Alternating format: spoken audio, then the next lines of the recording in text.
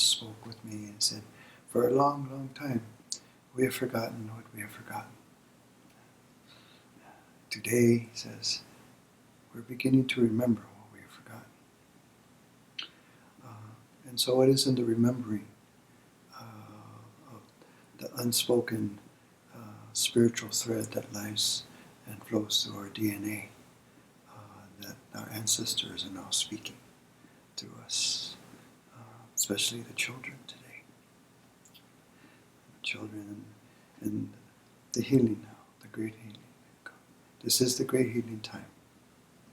It is also the great awakening time. It takes the courage of a lion to speak your heart today, to speak your truth. And this is what the energy and the cosmic universe, the great mystery, is now requesting from us. There's an old saying, many are called and few are chosen. So it is the time now that where many must choose what that path is, as there are many paths. I was actually born into foster care in Los Angeles County, and out of wedlock, blessed to have a mother who did not seek the other way of finding a doctor in an alley to not bring me into this world, and even regardless of what the story I'm told, of a father who walked away when she told him she was pregnant. Still, by a greater hand, I was brought into this world for a higher purpose, which took me a long time of doing good things in this world. By trade, through a number of careers, I was a probation officer in Los Angeles County, serving the youth, being born and raised in East Los Angeles, in between the gangs and sports, managed to stay out of trouble, and then came to serve those youth who had lost that way. Then I was recruited by Child Protective Services and did a career as a social worker largely for all those years, working with children who had been physically and mentally and sexually abused and neglected and abandoned, and having had a little bit of that story of my own, and then raised in a home that was actually very loving, a good story, which I realized later on as an adult. There are many of those good stories, but they never got told. Only the ones that sold papers do at the time. Later on, I was recruited by the Department of Corrections and was a parole agent, helping ex-cons out of state prison rehabilitate back into the community. My mother and my father taught me and gave me the teachings of unconditional love. And being raised in a foster home of usually about 12 children, always from many different places, grew into a space of knowing that love wasn't just about blood relation, it was about family. So with that, I carried that into a very hard-working life built on integrity and credibility, but finding my path in the off-work hours to all the different other vices that sort of relieve our minds of the various stresses of being what they are in life. With that, I found myself in addiction. And with that, as my life progressed and also began to fall away with years, and relationships, marriages, and divorces, and losing homes and things, still able to hold a job, found myself in that predicament of knowing that I had found my path of serving in the light, but walking in the dark. Yeah. And so that path of darkness eventually overtook my life, and ended up in a drug experience, put my hand through a glass and bled to death for a moment through the night, and was on the other side momentarily, however long that might be. Found myself on a gurney somewhere in a hospital, and for about 4 days, as I was asked by doctors and nurses what my name was, I couldn't remember. I knew it, but I couldn't speak it. So I came to the place of the unknowing that I am not, and then found my way back into this world, and walked into 12-step medicine programs at the age of 52, and made a prayer at one night and said, I've lost everything, as my home is being taken and foreclosed on, as my ex-wife has said, we're done about 6 months ago, and my children no longer wishing to have me around. Their children, who were living with us at the time, asked the great mystery, as I've lost everything, help me find my way. If I can keep anything, allow me to do that and show me how. Whatever it takes, I am here. I am willing and I am able. So for the last 16 years, I have been walking this medicine.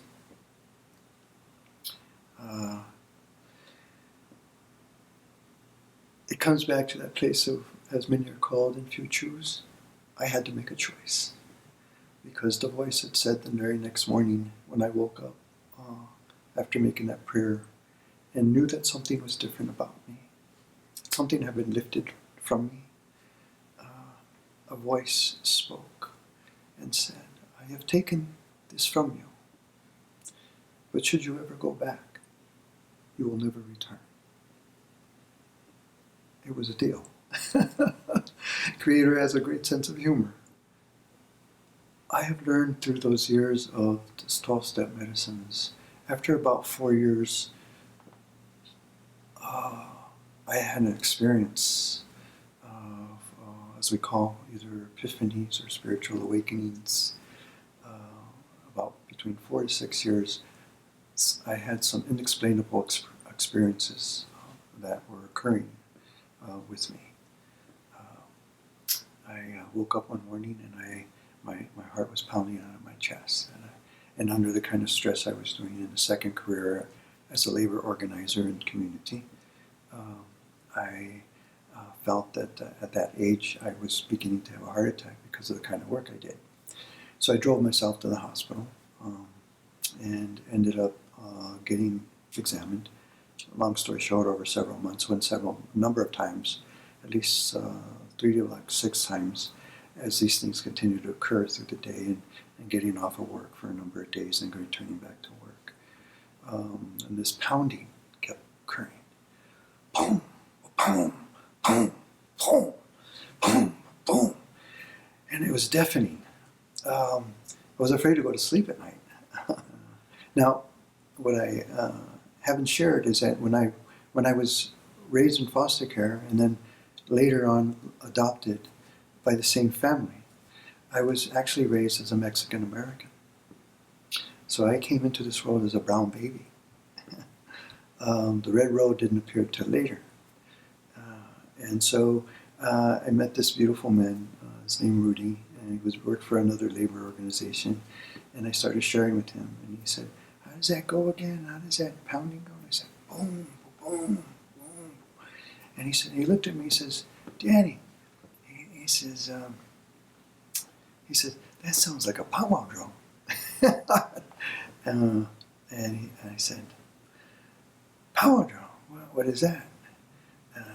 I'd never been exposed to any of the Native American indigenous cultures, being raised in a very dense part of Los Angeles that was very Latino, very Mexican, of first and second generation. And he says, it's when Native people come together, like a big family reunion, and over a weekend, and they just they dance and they eat and they sell their wares, and then they dance and they eat, and then they dance and they eat, and they sing. And I'm like, really? And he said, yeah. He says, there's one coming up. I'll get you a flyer. So I ended up getting off of work on a Saturday and began to walk in Santa Fe Springs, California. And I started to walk across the street, and I stopped in my tracks, and I started listening. And there it was. Boom, boom, boom, boom. And my heart recognized that sound. And I said, that's it. My goodness. This awakening came. I walked across the street, and I'm walking through the crowd, trying to get to the arena, as I come to learn. And all the vendors are looking, and I'm a new face in the crowd. And I'm walking through, and people are going, hey, yate! Hi. Hey, how are you? I'm like, oh, okay. It's like these people know me, right? And I'm looking around, like, there's a lot of people walking around. So I get through the arena, and I'm standing at the east door, as I've learned, where the opening is. And I see all these beautiful dancing going around, and all this beautiful regalia, and buckskin, and feathers, and ribbons, and the drums are moving, and something just says, I know this. And I'm like, oh, wow. And it's so brand new. So I walk around, and I start picking up flyers of the next powwows, because I'm in powwow season. I didn't know it, right? So I'm walking around and picking up flyers, and so about the next 18 months, following that day, the pounding went away. And for the next about 18 months, one whole powwow season to the next, and then part of another, I was following the powwows throughout Southern California, pretty regular, almost every weekend, all the way to like Christmas powwow, and I went at this same powwow again another time, and I'm walking around, and this elder turns around, and he says, "You're out there, here," and I'm standing behind the canopy, and among all the canopies and the dancers in the middle, and I'm looking around, and he sees me, and he says, "Oh, out there." And I went, and he goes, "Yes, come and sit." And I came in, and it was empty because his family was out in the arena dancing. And I sat down next to him, and he looked at me, and he says, "Where are your people?" And I looked at him, and I said, "East LA." And he looked at me like, "Oh, was I going to be? Am I being smart with them?" And he says, "Where are your people?" And I looked at him, and I said, I was raised in foster care in East Los Angeles." And he went, "Oh." And he looked at me, and he said, "Many of our children were taken many years, long time ago, and placed in other homes." And he says, "So where are your people?" And I looked around, and I said, I'm here by myself. And he said, "Oh." He says, "Everyone has been asking about you." And I'm like, "About me?" He says, "Yes." He says, "We've been seeing you come to all the powwow. You come in the middle, and you leave before the end. When you walk around," he says, "in and out," he says, "you're like coyote." And I went, "Oh." And he says, "and no one knows who you are and where your people are." And I said, "Well, okay. And he looked at me and he said, "You're from the people." And I went, like, I didn't know what he meant. And he says, "You're from the people." And I said, he says, "You're Dene." And I still had this bewildered. He says, "You're Navajo." And I'm like, "Oh, Dene." And I went, "Oh, okay." This was my first experience. Got my first name as Coyote.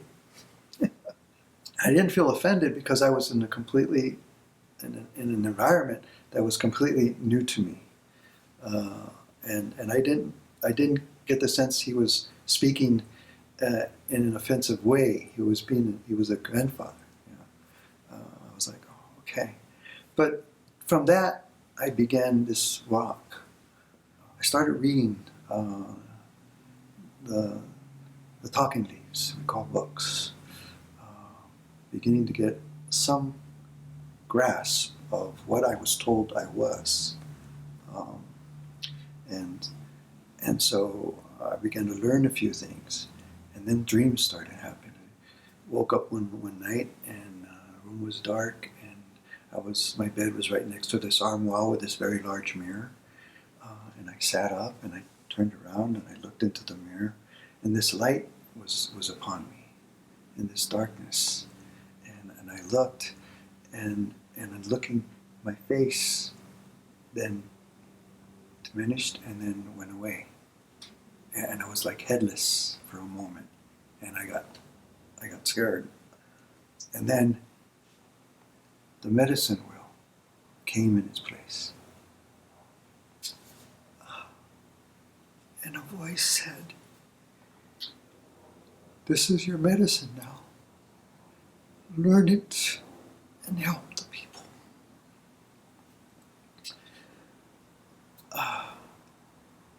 I had a number of dreams, such as where voice spoke, Creator was speaking to me, and so I wear these earrings because it reminds me of why I'm here, and I'm still learning these teachings of the four races from the four directions. The prophecy is that when we finally, in the beginning, as each race was given, the knowledge of how we live in harmony and peace among one another, and heal and love. And we come together in the circle of life again and share these teachings with one another in a loving way, and we learn from each other. We will then restore peace and harmony in this world. I had another dream not long after, and I was floating. I was floating on a cloud, looking down upon Mother Earth, not that far below me, and I heard a voice that said, "Daniel." And I turned, and on another cloud, white buffalo calf woman was sitting on this cloud. This beautiful regalia that the stories talk about her. And she reached out her hand and said, "Daniel, tell them that I am coming again. Tell them, are they following the ways, Daniel?" And I looked down, and the cloud opened more, and I saw thousands and thousands of teepees. Beautiful, green, rolling hills, and trees in the distance, and small people walking around. And she says, "Tell them that I am coming back. And tell them, are they following the ways?" And I said, "I will." This extraordinary, inexplainable road, we call the Red Road, has brought me many blessings of being able to be used as a vessel for healings. I was in Costa Rica in 2013. I was sent there as part of a group of healers in the world. And I met a young couple in the corridor across from my room, holding a small child who was very feverish, very sick. And they were very afraid that they were going to have to take her to emergency. And I looked at them and I greeted them all welcome. And I started to go to my room. And the father, young father, put his hand on my shoulder and I turned around. And he said, "Will you pray for our daughter?" And I went, "Okay." I knew I was there in a divine appointment, by Spirit led. So I went to my room, and with me I had an owing I had taken for ceremony. And the owing spoke and said to bring the owl. So I brought the wing out and I let the owl spirit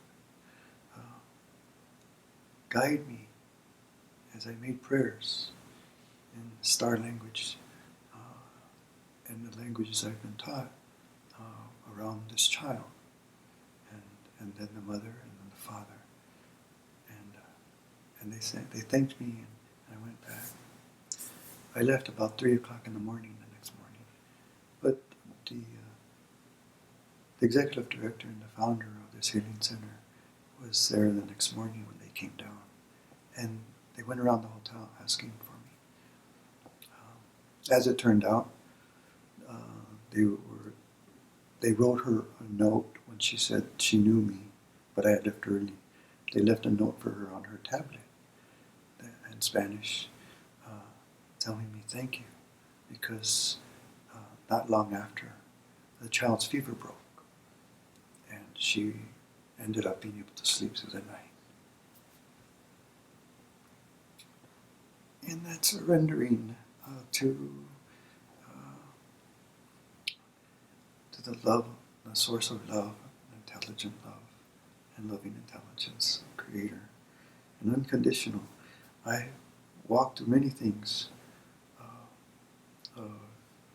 leaving shame and other things behind, and I've just now learned that the only way, not long ago, the only way to walk in this world is to walk with an open heart. And to honor that, because we close that heart many times and build walls and moats and things around it. But it is the only way to live, is to love. And they say a broken heart is an open heart. So not to fear that in these new things now brought as relationships, not only with the other gender and with other humans, but that relationships with all things, all living things and all breathing beings, to love, to share, to listen, to find the stillness, is that way. At birth, my birth mother gave me the name Marcario, and in Latin it means God's blessing. In my new adopted name, I was given the name Daniel, which is God's judgment. So I am, if not the contradiction, but of the same oneness. In this walk, in the community of Los Angeles, in the indigenous community, I was given the name in ancient Nahuatl, an ancient language of this hemisphere. I was given the name Cuauhtli-Yaut.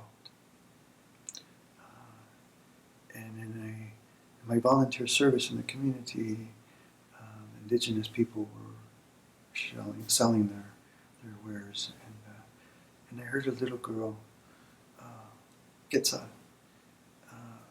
tell her mother, Tlali, "Here comes Cuauhtli-Yaut." And I overheard her, and I was walking to the tables asking them if I could get them anything. I was part of the board of a volunteer center and there to help people. And I walked up and I said, "How are you, Tlali?" And she says, "Very well." She says, "Quetzal saw you. She said you were coming. So here comes Cuauhtli-Yaut." And I said, "What is that?" And she says, "It's Nahuatl." And I said, "Well, what does it mean?" And she says, "It means eagle warrior. And I went, whoa. I looked at Quetzal and I said, why did you call me that? And she said, it's what we see. And I went, okay, thank you. Tasakamatli is in Nawa. It is from a gracious place, heartfelt thanks. As I've learned some things now. So I've been given a number of names. Along by a Kiowa auntie here, who now passed, who actually, when she asked me a little bit about introducing myself to her for a first time meeting, and started to share my story, she stopped me and she says, I'm going to call you Talks a Lot. And I thought, okay, so now the Creator has a beautiful sense of humor. But this sacred path has come to a place where from Sweat Lodge I have learned that to crawl in and ask permission to pray for all peoples in the world and in the ways that I've been taught. Part Navajo, but of my adopted tribe of the Choctaw Muskogee Yamasee Nation. And we are the rainbow people of the prophecy of the Rainbow Warrior tribe from the four directions. And we are all the colors in our tribe. My third sun dance, I was out in a place in South Dakota. It's very well known by a very well-known elder. And in that dance, as in all the dances, the tree speaks. And in this dance, the tree cried from the time it was being taken. And all the forests said, not this one. This is our pride. This one is strong for us. And it took them hours for this one to fall. Much longer than the other trees that I've been present with when they've been taken. And I learned as I stood back and started to cry that they said, I asked why was this not falling? And they said, everyone has to come and say goodbye.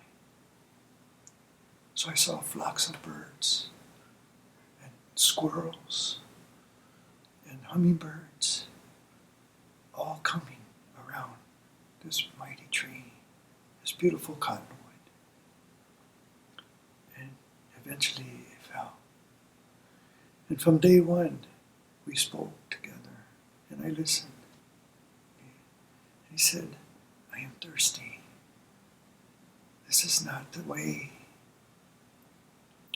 And I said, I'm a guest here. This is my first time to this one. I don't know what to do. And I just kept dancing and making my prayers. In the last day, the tree said, bring me water. So at the end of the dance, when we all leave and the prayer is finished, in the traditional Lakota way, which are now part of my teachings,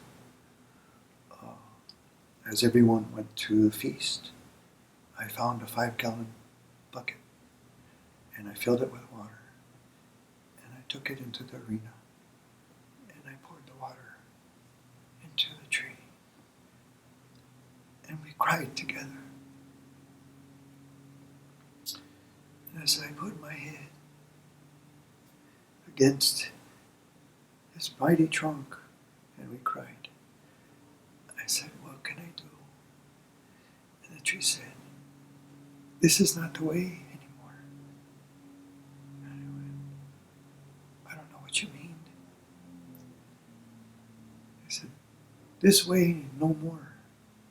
And I said, I am danced on the land of Black Elk, Fool's Scroll, Geronimo, of the ancestors that are not here anymore. And they have danced this way for hundreds of years. And the tree said, not anymore. And I said, who am I? I am no one. And they said, we all saw you from the hills. All the trees, all the standing tall people around watched you. And you brought water. We know that you will do what we ask. And I said, I brought you water. And I started to get up. And he said, no, wait. And I said, what? And I said, you know, upon this world, upon this mother, we are all the children. We are less and less. We are being destroyed in every continent for the wrong reason. And I said, I am aware of this. Climate change is real. Trees are being fallen by thousands of acres. We rely on you for the breath of life and all green things who breathe for us. So what can I do? I said, you promise now, the next time you dance now with a living tree. Breathe with us in your dance the prayer. No more taking life for your prayer. This now must change. And in the White Buffalo prophecies that are my teachings, it is said that even tradition must evolve as we live in this new world of technology and other things that no longer allow us without sacrifice to go back to the old ways and honor that. For the healing time that now is, it is the mending of the sacred hoop of 500 years. That's why, in spite of myself, I am still here. I've been given the grace to be present today, to be a part of that mending and the healing. And they say, the prophecy speaks and says, the great healing will occur through the great sacred feminine. It is woman who will bring about the great healing of our world. The feminine energy. But now you must come into balance with your own feminine within you. Become the flowing waters, the sacred mother ocean that lies within you, and flow and speak with an open heart. And I've learned in these teachings, as we all wish to be healed, we must first have the desire to be healed. Sometimes we like to linger in the illnesses and sicknesses, but there cannot be a physical healing until spiritual healing occurs first. And healing cannot occur until forgiveness is made and given. With all these things, we are now here at the beginning of a new decade that will tell whether or not we will still be present with all that is occurring in our world, with the waters rising, the forests decaying, the insects disappearing. But we can restore these things. We have the power not only to the science of science, but to the divine that lives within us. In the Native American Museum in Washington, D.C., when you walk upon the second floor, there is a quote from an Ojibwe elder. It says, we are spiritual beings having a human experience. That is not a new age thing. It is an old way of knowing that we are the spirit beings that have always been present to take care, to care for one another, each other, to love. But this path has led me now where I have found that path and my way. I know that I am from the within, as I spoke in a prayer on. Go within or go without. That today I am no one, so that I am one with all. I am nothing, that I am all things. I am not seen, so that I am filled with the unseen. I am not finite, for I am infinite. I am nowhere, so that I am everywhere. And I choose not to live in the overwhelming, but to love and to live the overflowing.